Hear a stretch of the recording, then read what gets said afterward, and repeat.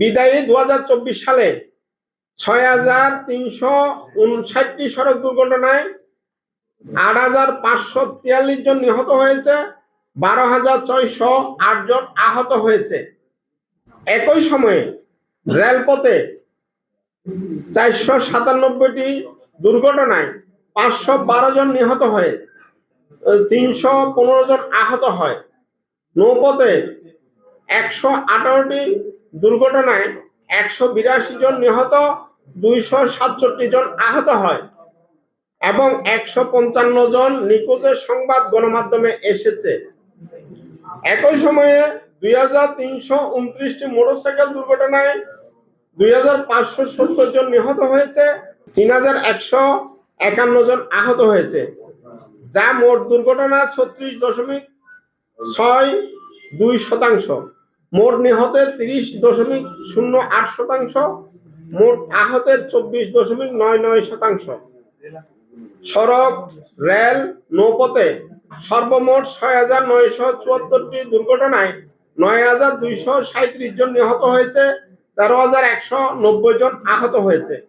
বাংলাদেশ যাত্রী কল্যাণ সমিতির সড়ক দুর্ঘটনা মনিটরিং সেলের বার্ষিক দুর্ঘটনা পর্যবেক্ষণ প্রতিবেদনে এই তথ্য উঠে এসেছে।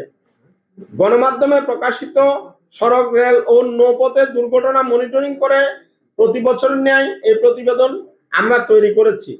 বিশেষ করে মোটরসাইকেল, ইজি বাইকের সংখ্যা 4 থেকে 5 গুণ বৃদ্ধি পাওয়ায় ইজি বাইক, মোটরসাইকেল, 3 হুইলার সরকারের নিষেধাজ্ঞা অমান্য করে মহাসড়কে অবাধে চলাচলের কারণে সড়কের দুর্ঘটনা এবং প্রাণহানি বেড়েছে।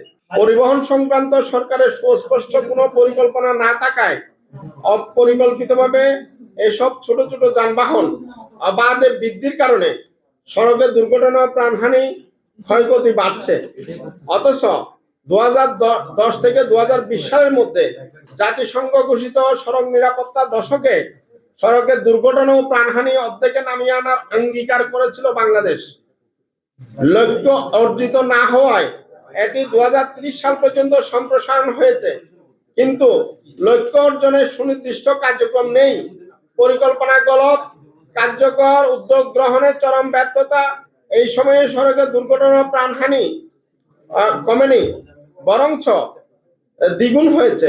সড়ক দুর্ঘটনা প্রকৌশলগত ত্রুটির কারণে ঘটে থাকে, সমাধানও প্রকৌশলগত হওয়া জরুরি। বিগত আওয়ামী লীগ সরকার বিরোধী দল দমনের ভাষায় রাজনৈতিক বক্তব্য দিয়ে সড়ক দুর্ঘটনা কমানোর চেষ্টা করেছে। বর্তমান অন্তর্বর্তী সরকারের কাছে দাবি, সড়ক দুর্ঘটনা ভয়াবহ ছোবল থেকে দেশকে বাঁচান, দেশের মানুষকে বাঁচান।